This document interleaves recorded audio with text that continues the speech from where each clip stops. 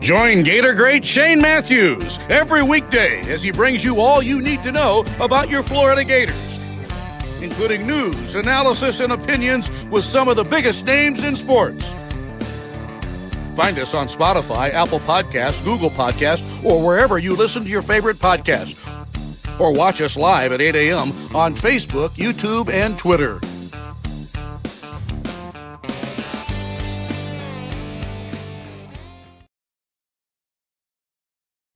Good morning. We got a live edition of PodUp with Matthews in the Morning, a Monday edition, coming to you from the International Diamond Center Studios, locations across the state of Florida, right there in Celebration Point, in the heart of Gator Nation. If you missed it this weekend, Gator baseball sweeps LSU. Lady Gator softball wins all their games. They will now face Texas Tech starting, I think, Friday morning. And then a good weekend in Gainesville. Morgan Wallen concerts were outstanding.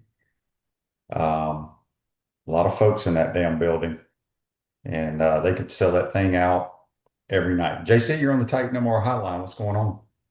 Well, while you were doing that, I was in Tallahassee and I played in a member guest, had a good time there, saw so many good friends, met so many friends, including this nice man from Atlanta, Georgia named Chris Bell. And he and his partner Doug Jennings beat us by a few strokes in our 9-hole match. But man, we had a good time sending balls a long way and having a couple of drinks. And I just really enjoy the way they do it in Tallahassee at the member guest there at Golden Eagle. Great golf course. They've got another one called Killarn, another great golf course. Seminole Legacy is another great golf course. They're lined up in Tallahassee with great golf courses.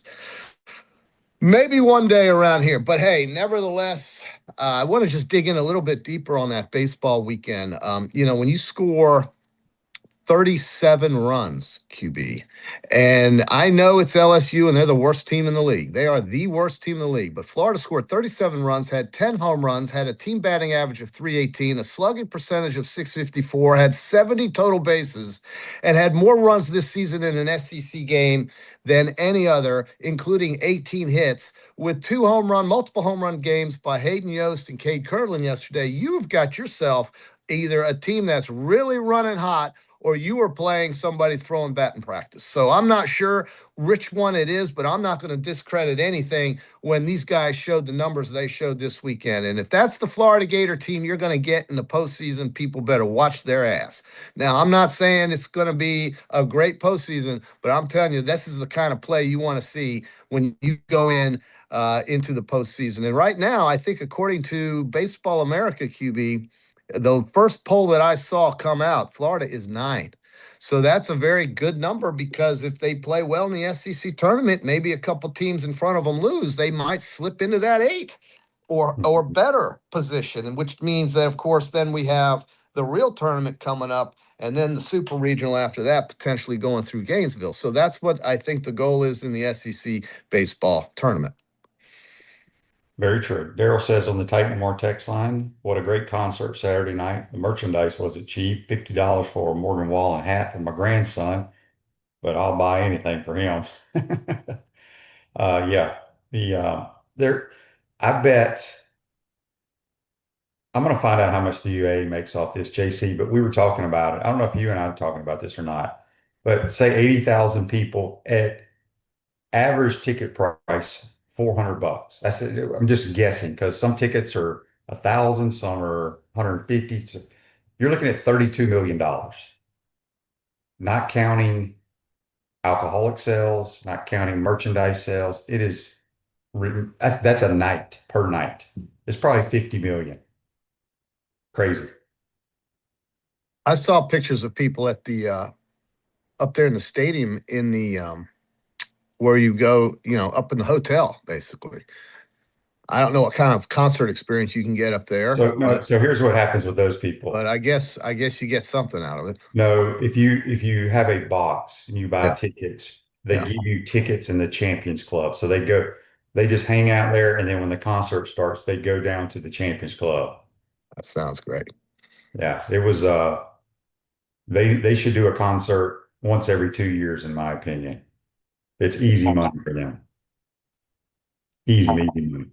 All right, we got a lot of YouTubes to get to real quick. Let me get this one referring to golf, regarding golf, I should say. Ryan says on YouTube, brought to you by Quality Plumbing. Shane, you have been talking about Aaron Rye for years. Well played. He earned every bit of that championship. What a bag nine and a putt on 17. And then somebody asked, will people start wearing two gloves? I doubt it. He's been playing with two gloves for a long time. That's how he grew up. Um, just a very straight, I mean, he hits every ball just straight. Very meticulous. But he kicked everybody's butt. Well, Jason, how we doing our Peachland I Dental mean, picks, by the way? 6 under on the last 10 holes on that course in the final round means you win. So nobody could match that. And let's face it, that course played as hard as any course this Loved season. it. Absolutely loved it. Probably the hardest. That is the hardest course that they've played this season. There's no doubt. And in some cases, Scotty Scheffler said, wow, these pin placements are the toughest I've ever seen on tour, including, of course, the US Open, anything that they can throw at you at the Masters. Nothing like the way the PGA set it up. And it really made a lot of great, talented golfers look pretty average. That's why I loved it. It So was a great golf I mean, game. and nobody there is average. That's for sure. In our picks, you and I both had a top four with Oberg and Thomas. We each had top tens with Rose, Goddard, and Reed. And I had a top seven with Rory, and you had a top 17, or no, top seven with Xander Schauffele. So our picks were just about identical in terms of where the finishes were. Yeah, it was a really good golf tournament. Also, I wanted to bring this up. I failed to mention this again, but our good friend Joe at Titan MRI had another horse place, JC. Yes, Iron Honor. We talked Iron about Honor that came in first. second at the Preakness, and Yeah. that's his family's horse as well. Yeah. So Yeah. Titan MRI folks are doing pretty well. Congratulations to Joe and his family. Yeah, we mentioned that on Thursday. They have really had quite a couple of months. Got one more to go. They'll bring back the Kentucky Derby winner for the Belmont, and that's in New York. That's the last leg. But for me, and I'm not a horse person, admittedly, but for me, if there's not a Triple Crown opportunity for a horse, my interest is about as high as that concert you went to. So I'm just JC, I will tell you this. I do not care. If you went to that concert, Yeah. you would have been in hog heaven with Ella Langley singing. I do I'm like just her. telling you. I do like her. She's up for the. Did she win the? She They won had the. every award. I think she won every award there Did was. she win the female singer I think so. award? I don't know. I didn't watch it. Oh, I will see QB. I mean, you talk about how great she is. You don't even know what award she won. No, she won multiple awards, but this was after the thing, and I didn't have time to watch the show. Okay, so I don't know why Facebook is not working. Well, why don't you talk about the damn baseball team or something? I mean, we got the baseball, we got the softball. I'm not worried about the baseball team until postseason plays. Softball dominated their regional. There were two huge upsets in the regionals. Florida State got upset, and I believe Texas A&M maybe. I don't have it in front of me, but there's a possibility there will be three SEC teams guaranteed in the Women's College World Series, with the potential of six of the teams being from the SEC. I mean, you've got, you got such great matchups in this tournament. I think the SEC tournament, I know it's not that important, but it might be for some seeding potential in the postseason, the real postseason that comes up. But man, these super regionals in softball are just, they're going to be good. Tennessee and Georgia haven't played all year. Did you know that? I did not know that. And, there's another SEC matchup. Oklahoma and Mississippi State are playing. They had not played all year. And so that's kind of strange when you think about it, because they're all in the same conference and they haven't played. This will be the first time Tennessee and Georgia play this season, and it's in the Super Regional in Athens, and that's a team that can beat you, is Georgia. But boy, the SEC and both the softball and the baseball are so well and highly represented. And one school out of the Big Ten is represented at the top of both polls in softball and baseball, and that's UCLA. So, I mean, you would think that these teams are going to play each other, and you're going to get some real quality matchups. And so unlike what we saw in basketball last night, where Cleveland goes to Detroit in Game 7, blows them out, literally blows them out, and in Game 6 at Cleveland, they looked like they didn't even want to be in the building. I don't understand these basketball teams. I don't know how you handicap it. I think there's one common thing that makes sense consistently, and that's Oklahoma City, and that's about it. But I've got the Knicks in the East, and I think it's OKC in the West, because until somebody can stop SGA, it doesn't matter. So we'll see what San Antonio presents. They're getting 6.5 points, which is a lot for a team of that quality. So that'll be good. We also have a Game 7 tonight. QB, I know you're waiting breathlessly for this. Montreal at Buffalo. The winner will play Carolina, who hasn't played, it seems like, in a month. So Buffalo wins Game 6 of Montreal. Don't know how that happened. And then we've got, again, Cleveland and the Knicks tomorrow night, and tonight the Spurs and OKC. So we're getting down to the nitty-gritty finally, and we're going to find out who's going to carry the brass for the rest of the year. I think it's Oklahoma City. I like New York in basketball, and I'm hoping Buffalo beats Montreal in hockey tonight.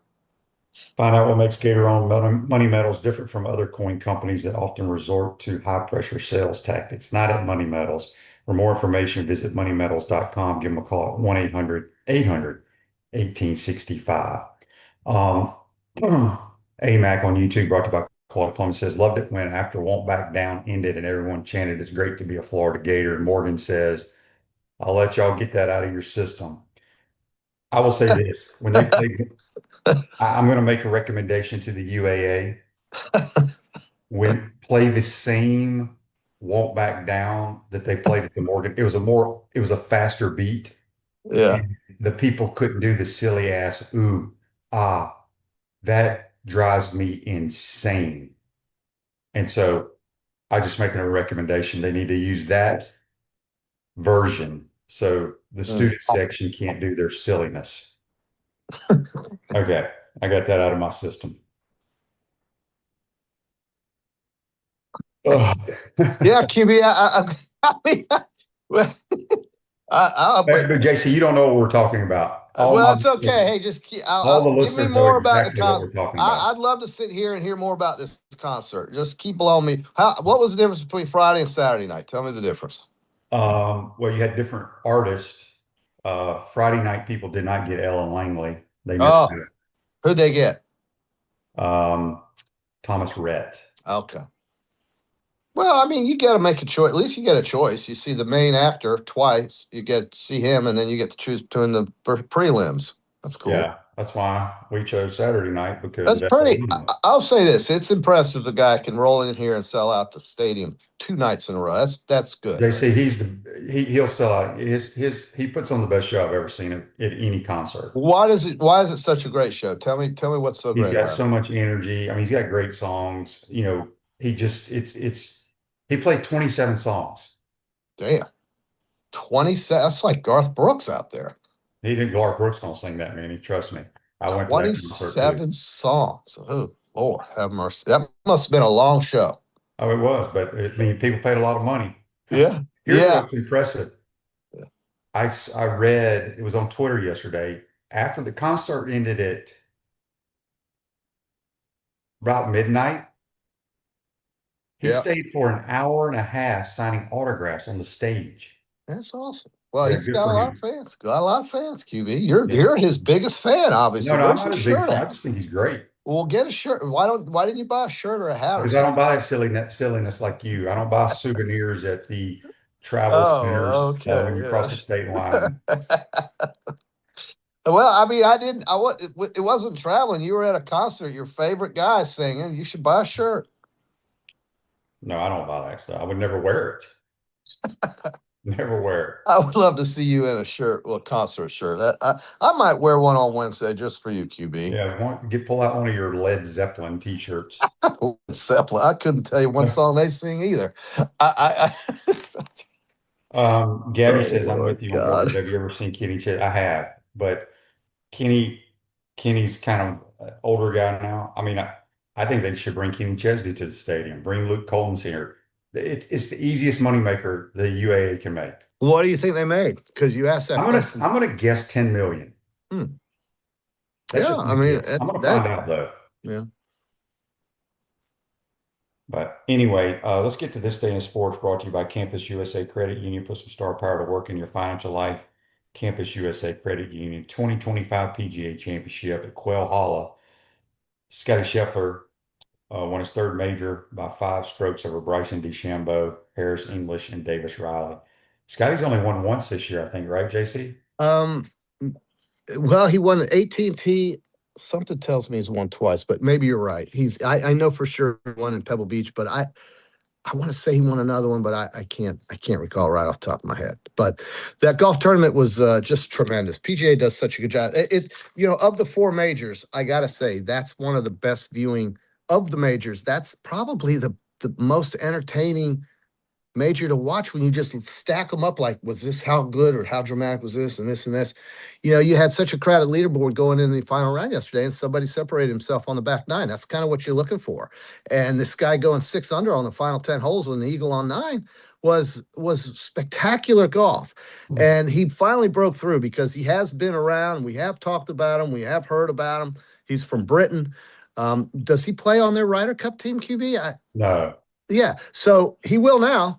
And so I think I think it's pretty impressive what he was able to accomplish, some random place in Pennsylvania when the rest of the world was looking like they couldn't figure out what to do with the golf ball.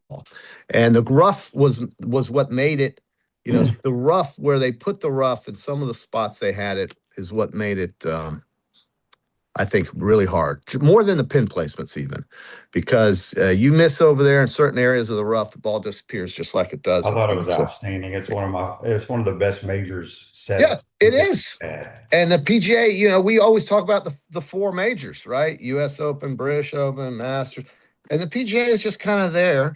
They moved it from August to May, but it has shown us some of the best golf and most dramatic finishes of any of the 4 over the last 15 years as consistently as any of the others, I think. Also want to get a shout out to Gators men's golf. They crank it up this morning in the NCAA regional up in Columbus, Ohio, on the Scarlet Course at Ohio State. They're the Oh, #1 seed. So okay. you got to get in the top 5. That's all that matters. Yeah, it's big. All right. So we've got, so what we have in this softball is this Texas Tech pitcher coming in here. What's her name, QB? You know who I'm talking about. Do you know her name? Who? The Texas Tech pitcher. Kennedy. Can't. Okay. Florida is, I tell you, if they can beat her. Well, they got another pitcher just as good as her. They have? Yes. Well, the batting is hitting. I mean, the girls are hitting. Balls flying everywhere. Of course, I'm not going to compare Georgia Tech to Texas Tech, but I really am curious to see how they're going to face this pitching. And if they're a real deal team this year, they'll win. If they're not, then they just don't have it. But I hope they do. I really do. I want to see Tim do something special, take him to OKC once again. Here, JC, guess this is year 21 for Tim. Yeah, it's Do you crazy. know what his percentage of taking his team to OKC is in his Like coaching career? over 90 some odd percent.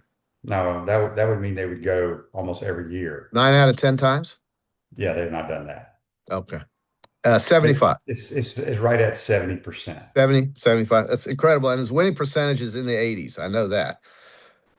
So, yeah, I mean, we'll just see if somebody can catch fire and lead this team. Somebody's got to get hot. What I saw the baseball team do this weekend, I'm just not sure how I approached that, because it was embarrassingly offensive. It was 37 runs, QB, in 3 games. That's over 12 a game with 10 homers. and Yost gets 3 yesterday. Curlin gets 2. I just hope this continues. I know LSU's the worst team in the league, struggling like nobody's business, but damn, you do that against anybody, and it's pretty amazing. Your team has got the attention of the time of the year right now. This is the time of the year, and I'm just really excited that they're rolling. And so they will play Wednesday against the Kentucky Vanderbilt winner, and then if they can win that game, they will play Alabama. There you go. So at 9 in the Baseball America poll, I just want to reiterate what I just mentioned earlier before you gave us the concert review for 2026. If they're at 9 and they win 2 games, maybe 3 in this tournament, the SEC tournament, I think there's a great shot they can be a top 8 seed. I think there's a great shot, and that's what everybody wants. Because if the road to Omaha goes through Gainesville, I don't know. I mean, throughout the year, we've lost plenty of series in Gainesville, but just the way it seems to be flowing right now. Now, Kentucky and LSU have a way of getting you well, that's for sure, because they're 2 of the weaker teams in the league. So I just got to keep that in mind too. Here's a text on the Titan More text line from James. He wants to know our thoughts on a lot of the PGA Tour players complaining about the setup. Well, this shows you how great the PGA Tour is, because let's see, last week we had a guy from Norway win named Reitan. This week we got a guy from Britain win named Rai.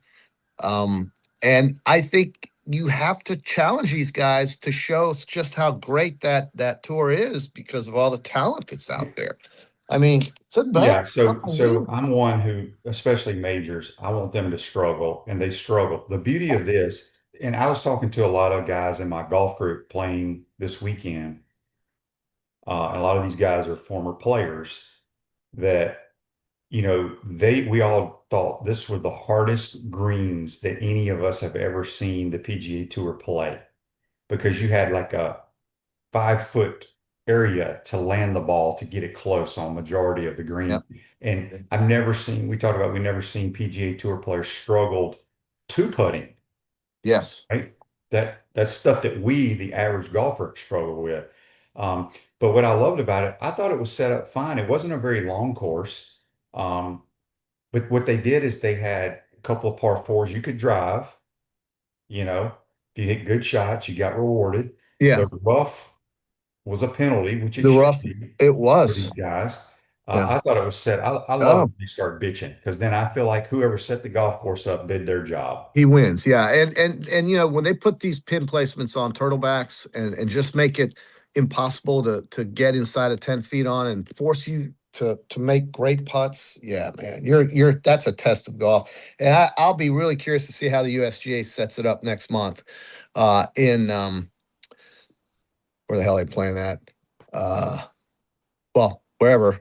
I knew just the other day where they were playing the US Open. When they set that up, I'm really going to be curious if they take the PGA's lead and make it just as hard. I'm sure they will. I mean, that's just the way it is at the US Open. So it's got to make the RNA and these other folks in Augusta blush a little bit, because these tournaments in Augusta are just it seems like the course has just gotten easier, not harder. So maybe it was hard. I don't know.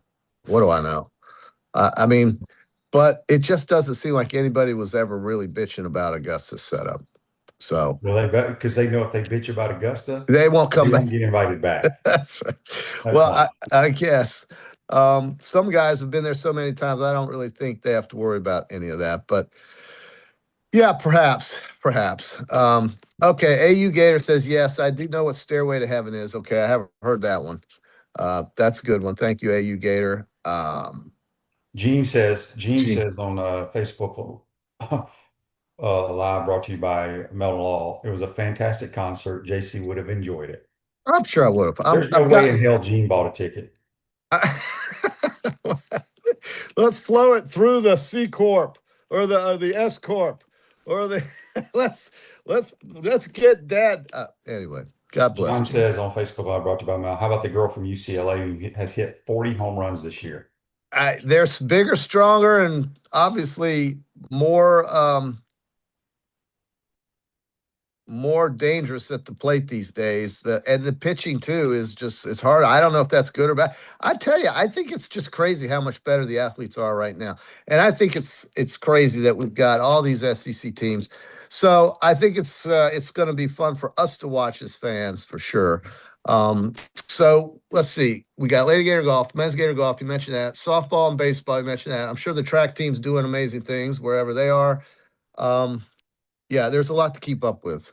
A lot to keep up. A lot. Yeah. There's definitely a lot. No question about that. Yeah, a lot to keep up with. Okay, Shinnecock. Thank you. That's where they had the U.S. Open when Corey Pavin won it back in the 90s.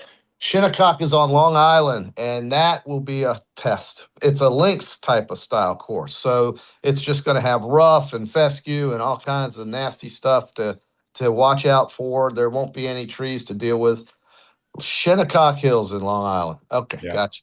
There you go. A lot of people say move the fence back. I agree. I talked to Ryan Urquhart about that the other day. I would love to see him move the fence back. What about the circle? Maybe move that 5 feet back. I don't know. Yeah, but then it's going to be slower pitching. So They'll kill the ball. yeah, Brandon says, what about the Ole Miss collapse against Texas Tech? Yeah, they blew like a huge lead. Texas Tech scored a ton of runs in the bottom of the 9th or 7th to win it. Amy's question for me on Facebook I brought to you about Melo. Would you rather walk out with Morgan Wallen or be Mr. Two Bits? Neither. They're not my thing. I've been asked to be Mr. Two Bits. It's not my thing. Not my thing, JC. QB, as you get older, you might want to just say, maybe I'll just do something different to see how I feel about it. And walk out there and do your 2 bits, 4 bits. And then when you're done with it, you might feel like, gosh, that was the most fun release. Yeah. You might feel like, damn, I really, really did something amazing. Yeah. Uh-oh. QB froze.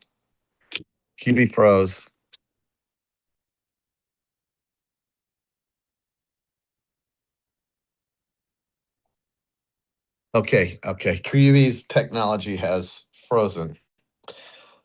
Let's take a break. And we'll try to get this fixed. Our premium sponsors are Atlantic Roofing, Campus USA Credit Union, International Diamond Center, J.F. Hayden's Craft Liqueurs, Los Landeros Tequila, Meldon Law, Titan MRI and Imaging, Castaway Sauce, UF Health Orthopedics, Michael Schneider PLLC, Florida Legends Gala and Experience, Money Metals, Sensei Asian Bistro. Our gridiron sponsors are Baker Sports, Florida Cracker Oyster, Gallo Car Wash, Miapa Latin Cafe, Peachland Dental, Quality Plumbing, Bruce Ogre State Farm, Silverback Concrete, 84 Lumber, Big Mills Cheesesteaks, Celebrate Primary Care, Gator Bait Media, Florida Cracker Kitchen, Gator Dominoes, Ironwood Golf Course, McDonald's of Gainesville, Tropical Smoothie Cafe, UF Bookstores, International Gold and Diamond, Advocare, and MGA&A Wealth. Watch and listen to us live on Facebook or YouTube. Listen to podcasts wherever, on Apple, Spotify, or wherever you listen to your favorite podcast. Remember to like, follow, and subscribe so you don't miss an episode. And to advertise, be sure to call my man Freddie at 352-284-3733. When the late, great Charlie Daniels would need a place for jewelry he could trust, he turned to International Gold, Diamond, and Watch Exchange. Hi, I'm Charlie Daniels, and I live in Tennessee, but when I get ready to do something serious about jewelry or a gift for my wife or somebody, I always get in touch with the folks at International Gold and Diamond Exchange here in Gainesville. There's a lot of reasons for that. One reason is they sell nothing but the best. Find out what Charlie was talking about for yourself at International Gold, Diamond, and Watch Exchange at 3440 West University Avenue and online at igdwex.com. What's up, everyone? I'm Mike Pouncey, and this is my twin brother, Marquise Pouncey, and this is Life After Football. Let's go.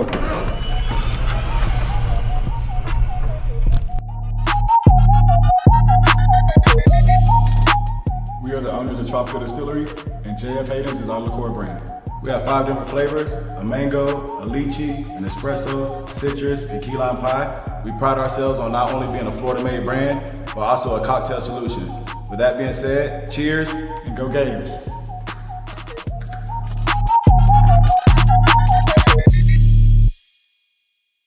To the Swamp and the Gators, with the best beverage served at Spur's Gridiron Grill, 100% agave, Los Landeros tequila.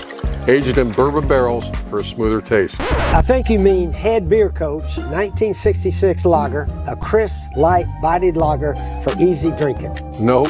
Los Linderos Tequila, smooth enough to drink neat and bold enough to elevate a cocktail. 1966 lager, enjoyed on game days in the fall or whenever you need a winning cold brew.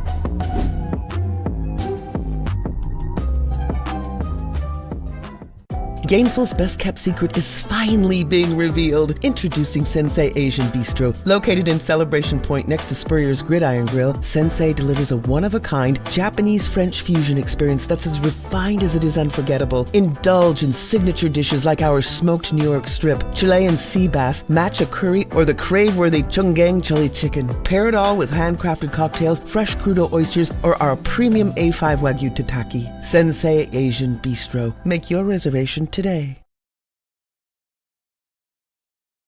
Welcome back to the International Diamond Center Studios. Real estate attorney Michael Schneider, a UF class of 93 graduate, can help you save thousands of dollars in real estate commissions by assisting you in selling your home or land by owner without a broker. Contact Michael today at 321-345-7087 or visit him at maschneiderpllc.com. Had some technical difficulties. We're back. Let's go to the Titan More Hotline. We're joined by the SEC Network's Mike Morgan. What's up, Mike? How you doing, buddy? I'm not frozen, Shane, so that's always a good start to the week. That's right. You wouldn't be frozen probably where you hang out anyway. You're a beach bum. I am this time of year. I try to get in as much as I can, and yes, guilty as charged. I do love the ocean. All right, Mike, let's start with college baseball. Obviously, the Gators sweep LSU and go into postseason play, playing pretty good baseball. They sit around number 9 in America right now in some polls. In your opinion, do the Gators get a top 8 national seed? And if so, what needs to happen in the SEC tournament? Well, in a day and age where more and more people are trying to find the relevance of conference tournaments, including the SEC championship game in football, which I never thought would be on the chopping block. But if you listen to enough coaches and people around the sport, that certainly is a possibility. The SEC baseball tournament, and I've called several of them, it's a great event. The pomp and circumstance of having all these terrific teams at one venue. Hoover goes all out, to make this as big a deal as you can. The players get police escorts to and from the stadium, all that good stuff. But the criticism has always been, if I'm already in the postseason, why am I going to use my best pitching when what I really want to do is give my guys rest for the quote-unquote real tournament, the one that everybody plays for to get to Omaha? Well, this is a classic case of why you try to win, because Florida does have a chance at one of those coveted top 8 seeds, but you're going to have to win probably a couple of games in Hoover to get it.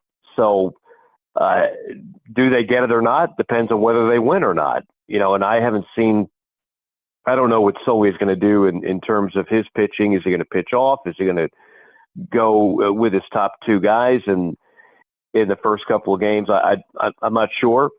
There's different kind of strategic theories on how to approach that, but I would imagine he's going to do everything he can to get a top 8 seed, which means he is going to throw his top arms. He's not going to rest guys.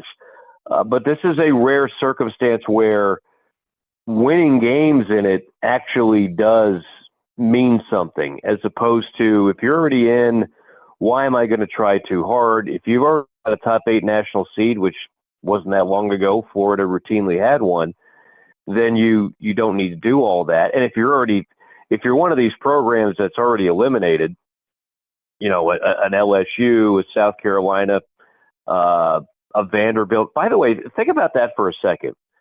Those 3 programs have won a half a dozen national championships just in the last 20 years.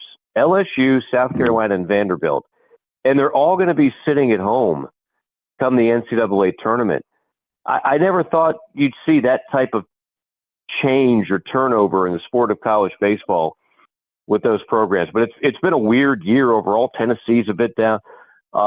Just kind of strange to see those tides change the way they have. Yeah, especially LSU, you're defending national champs to not even make postseason play. It's hard to believe, but as you said, they've had a rough year. I want to get your thoughts real quick, Mike. SEC softball, obviously we're headed to the super regionals, but they are moving, I believe, next year to Huntsville, Alabama, and I think it's a 3 or 4 year contract they signed there where they're going to quit doing the SEC tournament at different universities. How do you think that's going to work out? I mean, SEC softball is huge now, especially in the Southeast, but do you think it's a good thing that they're going to have like a neutral site like Hoover for softball? I'm not against it. I don't know if Huntsville, Alabama would be my first choice, but because I've been to Huntsville, Alabama. But it obviously the way they do all that is the same way they do the other sports. You got to place a bid. You got to put some money up. So they put money up. For a town like Huntsville, it's a chance to bring a lot of money in. And if baseball does it, basketball's pretty much become a Nashville thing. I know every now and then they bounce it around, including Tampa, which I'm not sure if that's ever totally caught on. If Florida's not playing, if Kentucky's not playing, you're not getting much of a crowd in Tampa. But no, I think that's where we're headed in everything, is just one continual spot that they feel like will be geographically convenient. It's such a broader territory now with the additions of Texas and Oklahoma and, of course, Missouri, that you can't have it completely on the East Coast anymore. You're trying to find that centralized spot so it's geographically convenient for the most amount of fans. And then I think they just like the consistency and the money of the whole thing. Yeah. You mentioned earlier, Mike, there's still all this proposal of increasing the football playoffs to 24 teams. And you talked about the potential possibility of eliminating the championship games. I'm so against that, but it's eventually going to happen. But the amount of money they make in those games, and I've talked with Brent Beard about this several times, they say the SEC championship game revenue is anywhere between $80 and $100 million. And then the Big Ten championship game does pretty well. The other ones are still okay. But are you in favor of getting rid of those if they expand the playoffs? I'm not, just because I love the SEC championship game. I've watched every one. I've been to several of them. I covered a couple that Florida was in back in the day when I was a student. The game still means a lot to me. And it's the one conference championship game that, it sells out before the game is even played. It has great ratings. It has great revenues. Like, logistically, financially, from a business standpoint, this is one of the few that you would not want to get rid of. But in this never-ending quest to expand the playoff and all these people that are lined up, Greg Sankey is standing on a hill, and he's got every other army in college athletics surrounding him, pointing the tanks, getting ready to fire off the shells, and infantrymen all pointing their guns at the SEC to try and break through and get from 12 to 24. And I know you're pro 24. I'm not. I think 16 would be the right number. I don't like the idea of 24 for a number of reasons. But I will say this, for those that are convinced, well, if Greg's the only one, then it's not going to change. I wouldn't be so quick to say that, because they need Greg's vote. This is not majority rules. If the SEC and Greg Sankey do not sign up for it, we're not expanding, period. Right. So I give him credit. Like, he is Everybody else is going for the money grab. And if you're Jim Phillips of the ACC and all of a sudden you're like 24 is great, that's because you can't get enough teams in the playoff. That's a you problem, but you're making it an us problem. So all of a sudden 24 is a great number. Why? Because the ACC nearly got shut out of the playoff. If it wasn't for Miami getting in over Notre Dame on the last week, the Big 12, I mean, they desperately want more access and more money. That's what this is all about. This is not the 1AA. Hey, wouldn't it be great if we? No. This is just about conferences that aren't as good. The other thing that it's about is the Big Ten. If you can get this thing to expand, that would reset the TV contract. ESPN owns the entire event right now, as everybody knows. Well, Fox could swoop in, and we all know the Big Ten and Fox are in bed with one another, and they could try and be a major player in this playoff. And I think they would do everything in their power to do just that. For sprains, strains, and minor fractures, UF Health Orthocare makes it convenient for you. 7 days a week, including evenings. Go check them out. UF Health Orthopedics and Sports Medicine. We got Mike Morgan from the SEC Network on the Titan Tomorrow hotline. James on the Titan Tomorrow text line says, Mike, I know you follow the NBA. Who do you think wins the NBA championship? I think we got a pretty entertaining field left here, Shane. Now, I have never been a James Harden guy, but I will say he's certainly helped the Cavaliers get to this point. I think they're going to have all they can handle with the Knicks. I think the Knicks are playing as good as basketball as anybody in the sport right now. And, man, that would be a great story. Like, I'm not a Knicks fan, but the fact that they haven't won anything since 1973, that is intriguing to me, So I will and then you got Wemby on the other side in the West. I'll take the Knicks. What the heck? I'll go with the Knicks to pull it off. I like the makeup of their team, and I like the way they're playing. So if you ask me today, yeah, why not? Let's go with the Knicks. I wonder, the Thunder are still really good, by the way. I didn't mean to neglect them completely. They're the defending champs. They really haven't lost a step. They really haven't. And some would say whoever wins that series is the best team. And it'd be hard to argue that that's the case. But I'll go ahead and say it's the Knicks year. Yeah, it'd be interesting to see once the Knicks get to play again, because they're going to have a long little layoff here. Yeah, by sweeping their series. Will that hurt their chemistry and the way they've been playing? But time will tell. Sticking with the NBA, what are you hearing from your sources about Ruben Chinyelu? Obviously, he's kind of impressed some people, with his shooting and other things, his hand size, all that kind of stuff. Do you still think he comes back to the Gators? I do, unless, you used to say, well, how desperate is he for money? Well, these kids are all getting paid, paid. He's not going to be a first-round pick. There is absolutely no scenario where he goes in the first round. Second-round picks in the NBA are the most unpredictable things of all.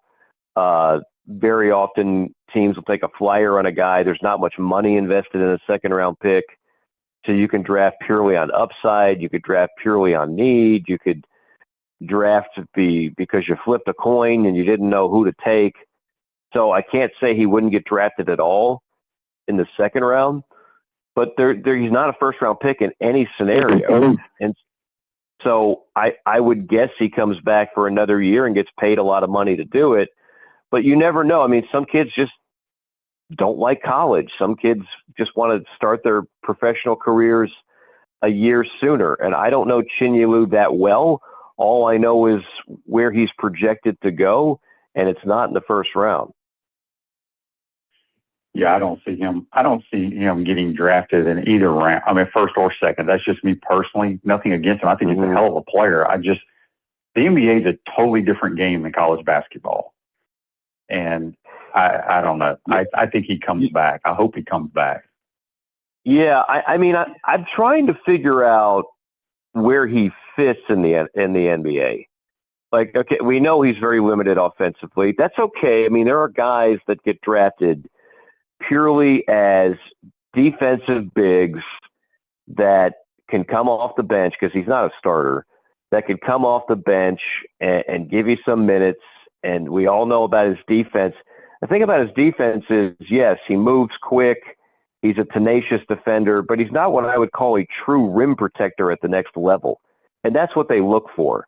They don't look for guys like that are built like Chinyelu, that are not the most quick twitch shot blocking machines. He's not a pick and pop guy. Like, I just don't know where he fits, Shane, at the next level. I love him as a college player too. Who wouldn't? I just don't know what the NBA sees in him. Amy's question for you on Facebook Live brought to you by Mel Law. Mike, how did Wemby not win the NBA MVP? He averaged 20 points, 10 rebounds, 4 blocks, and completely turned around the Spurs. You're not wrong in any of those assessments. I could also make another case for Jokic, who just goes out there and averages a triple-double as a big. But Wemby is special. I mean, the answer is Shai Gilgeous-Alexander, who I always like to point out was going to be a Gator before Cal and Kentucky came in and switched his commitment. But Shai continues to just be a scoring machine and a guy who was leading the defending champions back to being a top seed in the playoffs. So, look, I think Wembanyama's time is coming. I always, when I watch him play, I do have to throw in one caveat. If he stays healthy, because Shane, he looks so brittle. And he's so young, he's so young now that, like, you're not going to have a ton of injuries typically when you're 20 or whatever he is. But I just wonder, like, with that frame, I worry. Remember Ralph Sampson when you and I were kids? Ralph Sampson was similar build. I mean, he was 7'4". He was a stick figure. He was a dominating player in a college of Virginia. But in the NBA, he just was always hurt. And a lot of those guys that are that size and that build continually have injuries. I just hope we see because I enjoy watching the kid play. I hope he stays healthy. And if he does, I could see MVPs in his future. But that is the one concern when I see him play, and he doesn't shy away from contact, which is great. But, man, all it takes is one bad spill, and I just wonder how he holds up in that situation. Castaway hot sauce with real flavor, not just heat and vinegar, built by Gators for Gators. Castaway hot sauce available at select Publix. A few more minutes with Mike Morgan from the SEC Network.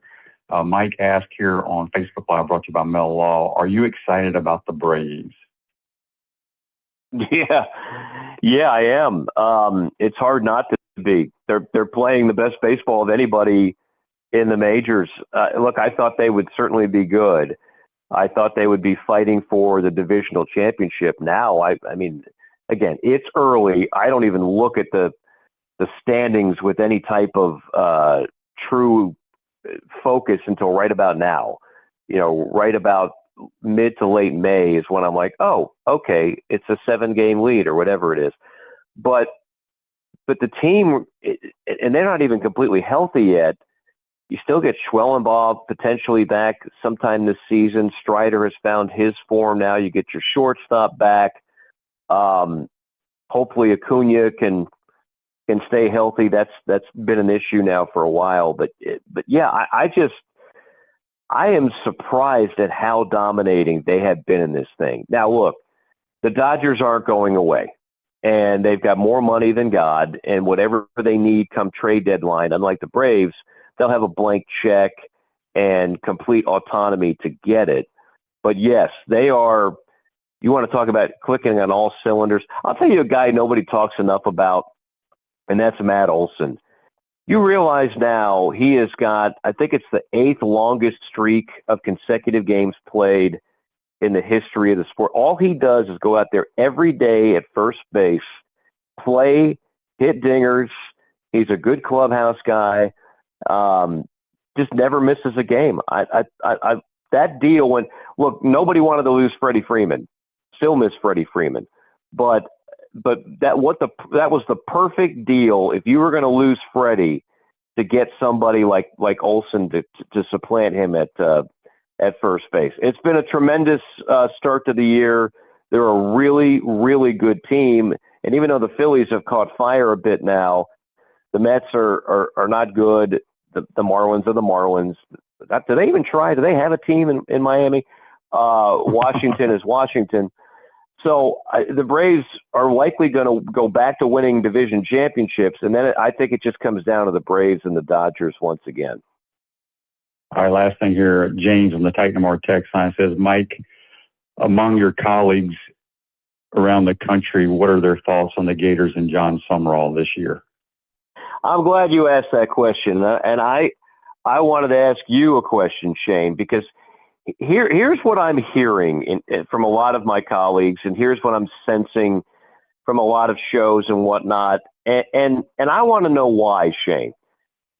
There is overwhelming positivity on John Summerall. There's overwhelming, and I feel like, okay, we've seen this movie before, right? You hire a new coach. Mm-hmm. It's all the other guy's fault. Billy Napier was an idiot. But now we got the guy that's going to turn it around. Look, I like the hire. I like John Summerall. He's impressive in an interview situation, press conference setting. But how do we know he's going to completely turn it around? I mean, I'm not there yet. Show me something significant in year one that this program is going to get back to national prominence, because for whatever reason, it just hasn't been in quite some time. So what is John Summerall going to do that is going to be the answer? I'm not saying he's not going to. Again, I like the hire, but Shane, I'm almost a little bit surprised by how much positivity there has been. I think people nationally, you hear this expression all the time, well, the sport's better when ... is good again. I think people nationally like Florida, hate Florida. Deep down in your heart, college football is better when Florida is relevant. And so I think a lot of people are almost pulling for John Summerall to get Florida back on the map. And so they're skipping the step, Shane, on how that happens. They're just going right to John Summerall is going to make it happen. So that's what stood out to me, Shane, to your listener's question, the overwhelming national positivity on John Summerall. Well, I think people like his energy, just what he brings to the table. It's not a whole lot of coach speak. He kind of says what's on his mind. Nothing matters until you play the games and win games. I think people really around the country like his staff that he hired, especially Buster Faulkner. I think that was agreed. Agreed. And I think that's why there's a lot of excited people around the country. I know from a Gator standpoint, not like so much the national media that you talk to, they like the guy a lot. But I think what Florida fans like, he's embraced the Gator culture, so to speak. He's been on a lot of talk shows, podcasts. They see him on Twitter interacting with other sports on campus, kind of how Coach Spurrier used to be. Going to all the different events. He's upbeat, got a lot of energy. He's come out and said, we got to win now. It's none of this, we need to get my guys in here in 3 years from now, blah, blah, blah. I'm with him. You have to win now. And I like what they've done, and we'll see, but nothing matters until you play the games. Yes, and I know we're out of time. I'll just add this one quick thing. You hit on a key point. If you were to trace the problems that Florida football has had, so much of it has to do with two things, as it normally does. They haven't had great quarterback play for the most part. There's been a blip here and there, Kyle Trask in the COVID year, et cetera, et cetera. And they haven't had great offensive coordinators. And on top of all the coaches that just got fired in the SEC, look at how many coaches that are still there fighting for their job. What did? They fired their OC. And so it seems like, Florida got this one right. And so if you have the right OC and the right quarterback and a guy at the top that brings you energy and recruiting prowess, there should be no reason why Florida shouldn't be a top program again. That all that logic makes sense to me. Now I just want to see it. No doubt. Mike, good stuff as always. We appreciate your time, bud, and we will talk to you soon. Okay, Shane. Thank you. That's Mike Morgan from the SEC Network. Join us on the Titan Tomorrow hotline. Gallo Car Wash is locally owned by a UF alum and the only car wash that provides NIL opportunities to Gator athletes. Locations on Northwest 13th Street, Wilson Road, and coming soon to Jonesville in the city of Alachua. Thanks to Mike and JC. Appreciate y'all, and we'll see you tomorrow. Take care.